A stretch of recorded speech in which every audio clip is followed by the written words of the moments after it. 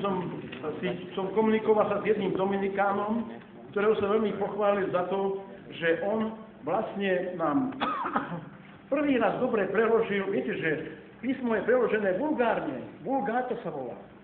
A on teraz prekladal toho Tomáša Akvinského a napísal mi takéto body, keď mám robiť nové veci. To znamená, prvý bod je otázka. Čiže položím si otázku, prvý bod.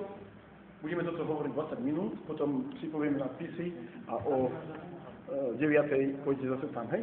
Kde chodíte? Áno? No.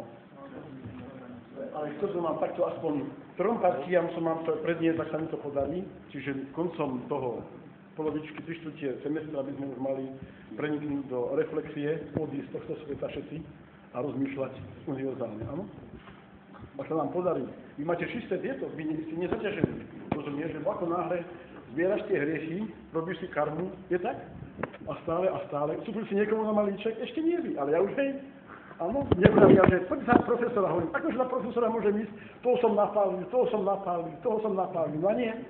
Vieš, kedy nevieš človeka napáliš, keď veľa vieš. Chlapi, ja teraz som vám pripravoval jeden projekt, môžem to povedať?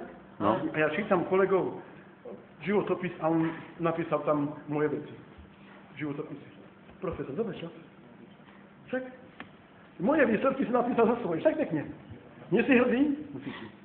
Čo si už teraz? Našou vedu. Ale to je už ono, keď niekoho štveš, že si chytrý. Ako? Ale nemusíš to dávať najavu každý deň, áno? Že budeš chodiť v istretí ako šnúra. Prečo? Ako chodil ten pastier. Čo to urobil ten pastier? No pastier rozum niekoho. A prečo to pastier? Lebo prekyslo sa víno. Po 2 týždňoch na lodi sa im víno prekyslo. No tak bol prúšvih. Chlapi nemali čo piť. Tak čo urobil? No troška ho prevaril. Ako náhle ho prevaril, už robil z toho mlieko. On nešiel cez mlieko. Ďalej čo urobil? Pohryzol ťa pes niekedy? No mňa áno, skočil mi na chleba, tam sa mi zahryzol. Kde musíš behať?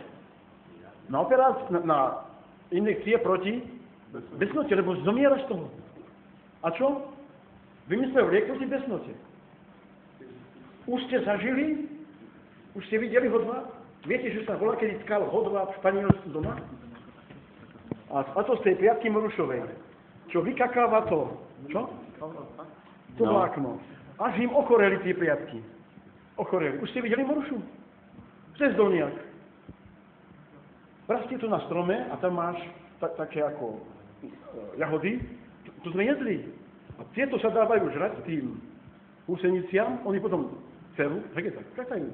A čo? Kakajú to vlákno, to sa chytí a on im ochorel tieto morušky. A čo on? On vymyslel 3 veci má za sebou.